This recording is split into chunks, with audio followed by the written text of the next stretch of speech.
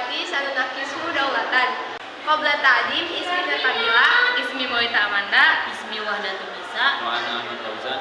Saya timu munakosati al-munakosat al-ula biwastilati.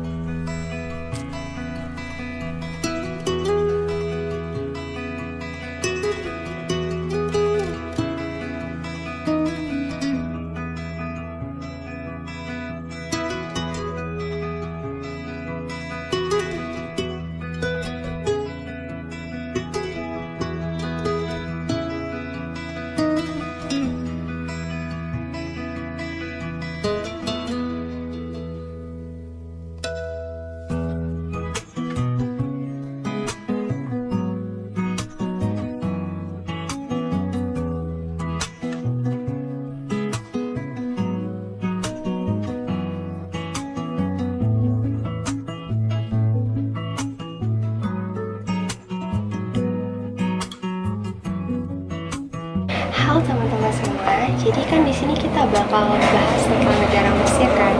Nah, apa aja sih yang bakal kita bahas tentang negara Mesir ini? Yang pertama pastinya alasan kenapa Mesir itu dikategorikan sebagai negara berkembang bukan negara maju. Terus juga ada bentuk pemerintahannya, siapa yang memimpinnya, ada juga keadaan sosial, politik, budaya, dan ekonomi di negara Mesir.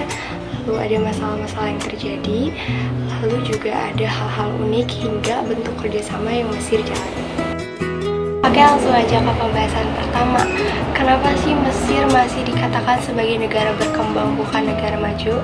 Jadi alasannya tuh karena Mesir belum mampu untuk mencukupi syarat sebagai negara maju. Kenapa hal itu terjadi? Karena sektor ekonomi Mesir tuh masih bergantung pada sektor pertanian dan pendapatan Mesir pun masih dibilang rendah. Selanjutnya, di mana sih letak astronomis dan geografis Mesir? Jadi teman-teman, secara astronomis Mesir terletak di antara 22 derajat lintang utara sampai 32 derajat bujur timur dan 25 derajat bujur timur sampai 35 derajat bujur timur.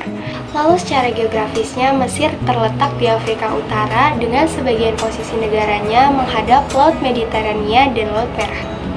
Bentuk negara. Nah, sistem pemerintahan yang dianut oleh negara Mesir adalah sistem pemerintahan Republik Presidensial, yaitu sistem pemerintahan dengan kepala negaranya adalah seseorang presiden yang dipilih oleh setiap 4 tahun sekali dan dapat menjabat sebanyak 2 kali periode.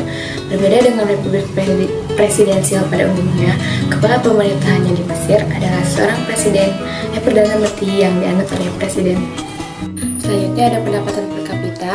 Di sisi perekonomiannya, negara Mesir memiliki pendapatan domestik bruto berdasarkan prioritas daya beli sebesar 1.204 triliun dengan pertumbuhan ekonomi sekitar 4,2%. Pada tahun 2017, pendapatan per kapita Mesir banyak terpusat di lembah Sungai Nil yang subur. Produk-produk agrikultur yang dihasilkan oleh Mesir diantaranya seperti beras, jagung, gandum, kapas, buah-buahan, sayur-sayuran, buah kurma, kambing, sapi, dan domba.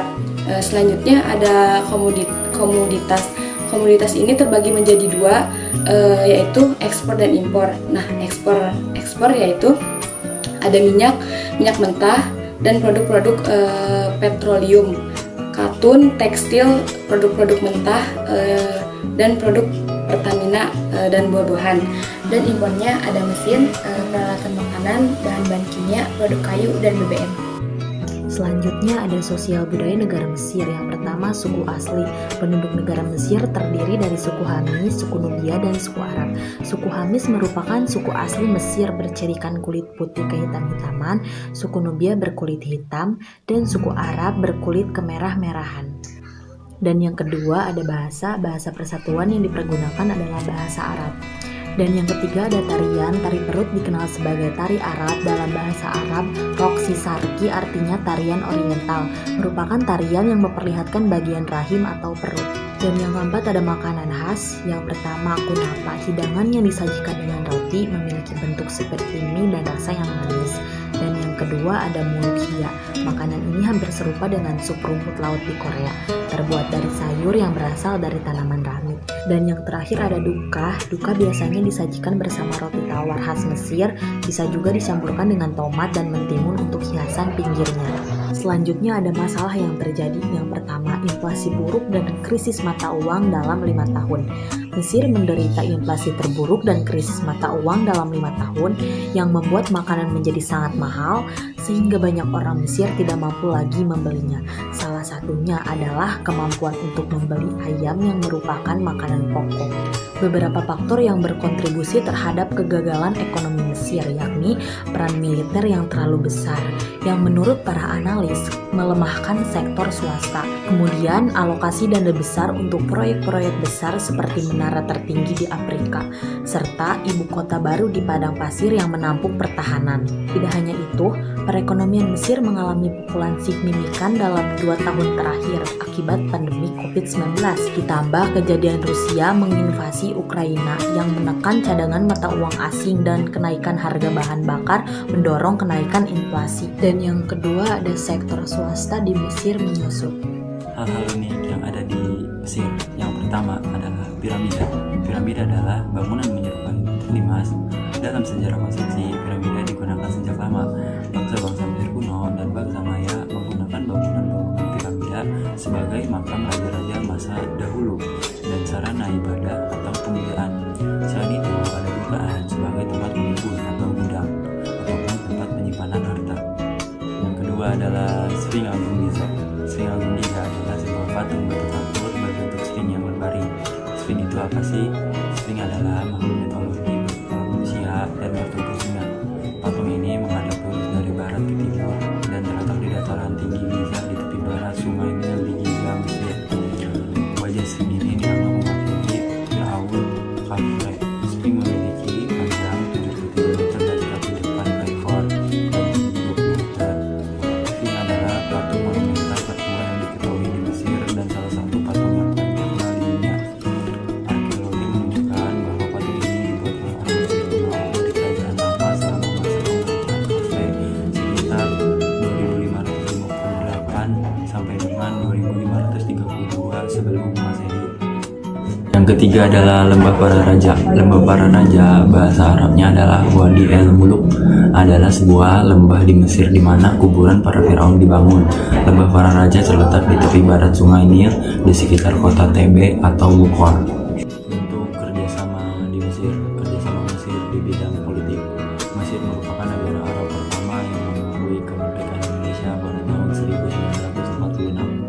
Kedua negara membuka hubungan diplomatik yang ditandai dengan penandatanganan The Treaty of Friendship and Cordiality pada tanggal 10 Juni 1947. Mengenai proses perdamaian di Timur Tengah, pada prinsipnya Indonesia memiliki posisi yang sama dengan Mesir tentang perlunya penyelesaian konflik Arab-Israel pada 3 jalur yang ada.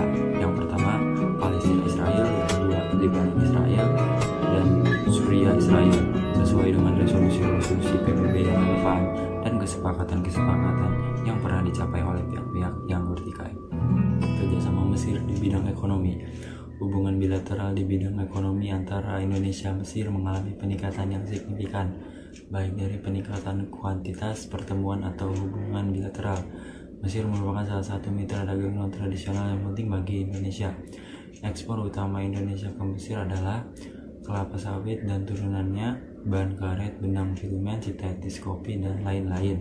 Sedangkan impor utama Indonesia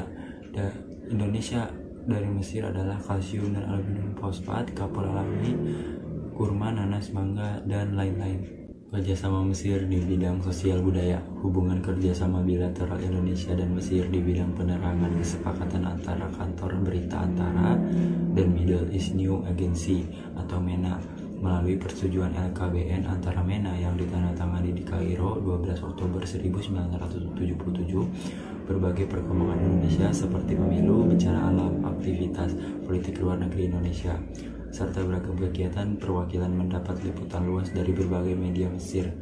Begitu pula beberapa media massa di Indonesia. Dari hasil kunjungan ke Mesir, media Indonesia melakukan pengambilan gambar pada wisata Mesir dan sekaligus meliputi berbagai kegiatan KBRI Kairo. Dalam kaitan ini, pemerintah Mesir melalui Press Center secara konstruktif mendukung upaya peningkatan berita mengenai Mesir di Indonesia dengan diberikannya izin. Kerjasama Mesir di bidang pendidikan. Di bidang pendidikan, pemerintah Mesir melalui Universitas Al-Azhar setiap tahun memberikan tawaran beasiswa kepada pelajar Indonesia untuk melanjutkan studi di Universitas Al-Azhar Kairo. Pemberian beasiswa tersebut dilakukan sejak tahun 60-an.